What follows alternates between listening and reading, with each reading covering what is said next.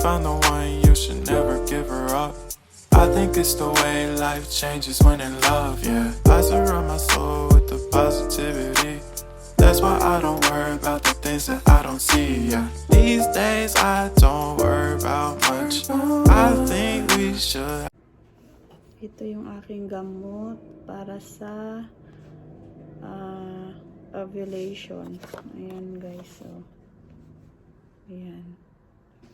Kasi may IUI ako bukas, so ngayon i-inject ko sa sarili ko yung gamot kasi wala namang mag-i-inject sa akin eh.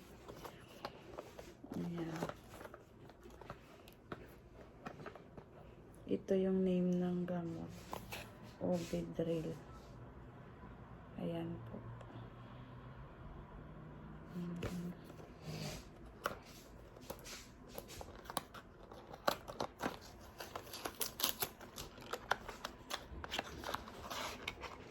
Yan siya, injection.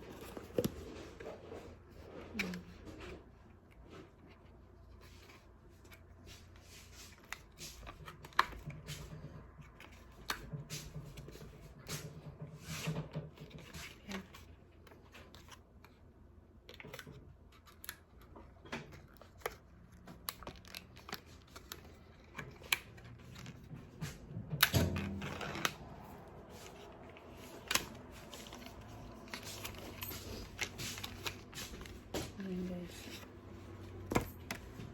Ito ay ilang ml ba ito? Sa ilang mga toto? Ayan.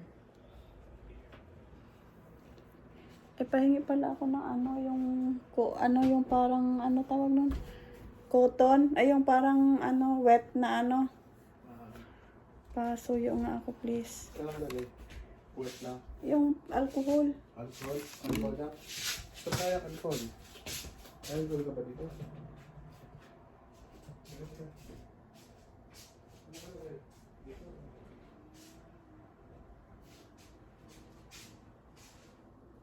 Ano ba yan? Ang tigas naman ito.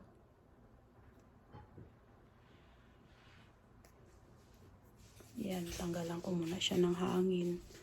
Ito.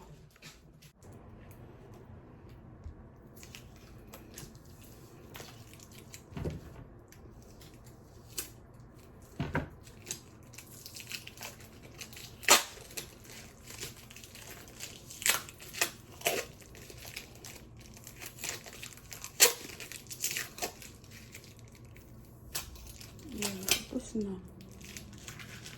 Ayan guys. Aray, masakit ba? Ayan, tapos na.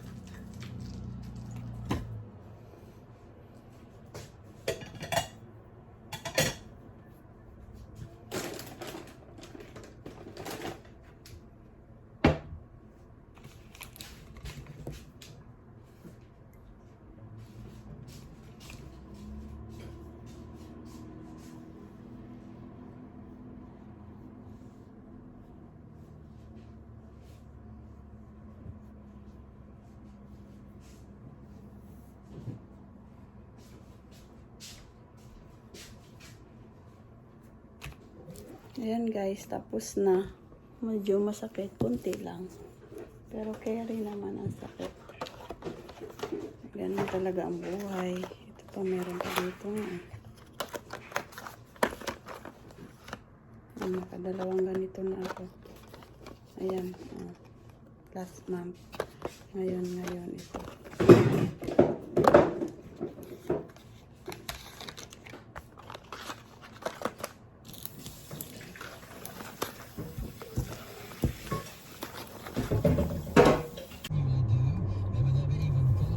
Hello, today is my IUI day, intrauterine insemination. Sana kanina pa ako dito, 9 o'clock kasi yung na-sperm na isinubmit ko. Then after 1 hour and a half, babalik ako doon sa clinic. Aakit ako mamaya, hindi na ako umuwi kasi malayo yung sa amin eh. Sana walang cramping, pero sabi ng doktor normal lang ang magka-cramps. Ito yung pang fourth time ko, yung first, second and third failed guys. So sana ngayon maging successful naman. So yun yung pinagdadaanan ko. Yun, kailangan pagdasal mo, kapit lang.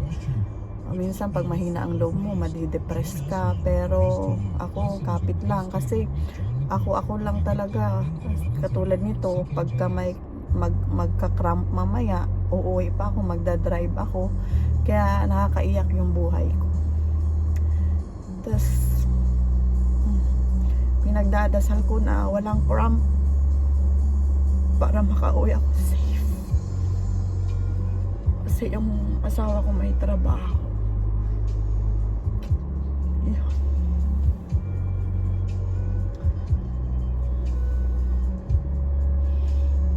Nagpa-late na siya kanina kasi hinatid niya ako dito kanina eh. Malayo yung trabaho niya. So kailangan lakas ng loob. Kasi wala namang ibang asahan dito kundi sarili nyo lang. Yun, pinagdadasal ko na walang cramp mamaya para makapag-drive ako pa uwi.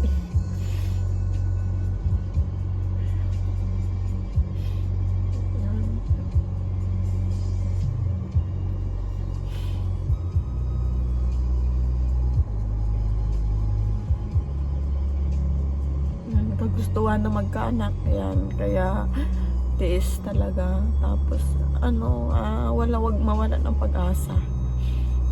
Laban lang kasi syempre ang tagal na namin gusto magkaanak.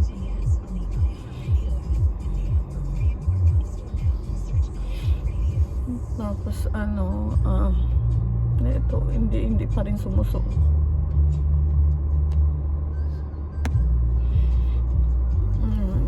Sana makauwi ako maayos mamaya pagkatapos ng procedure, kasi wala naman ako maasahang driver kundi ako lang. Yun, pag hindi ko kakayanin, siguro magpapahinga ako sa daan. Okay, balitaan ko na lang kayo guys.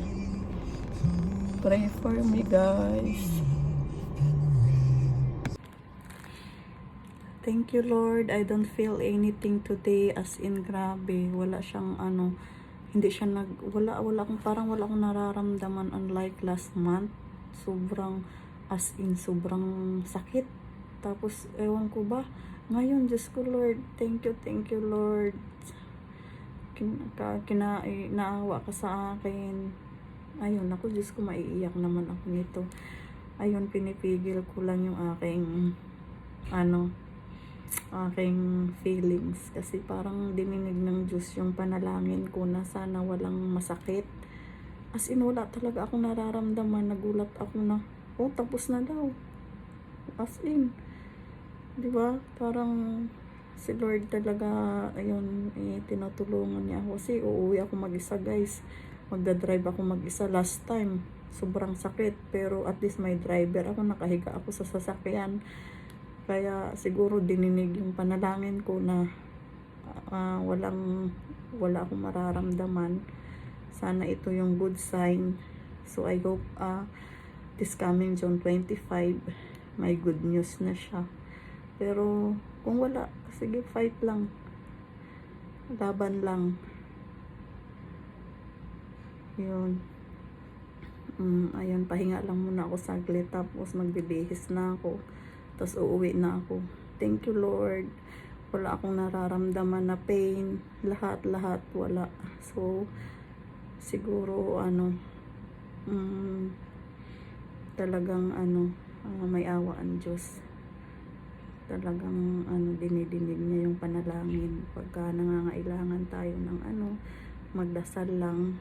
Kaya kasi sinabi ko sa nung nurse last time, sobrang sakit talaga, na luluha ako sa sakit. Hindi ako makabangon guys. Last time, hindi ako makabangon talaga. Nakahiga lang ako. Yun. Okay. Bye-bye guys. Thank you. Thank you.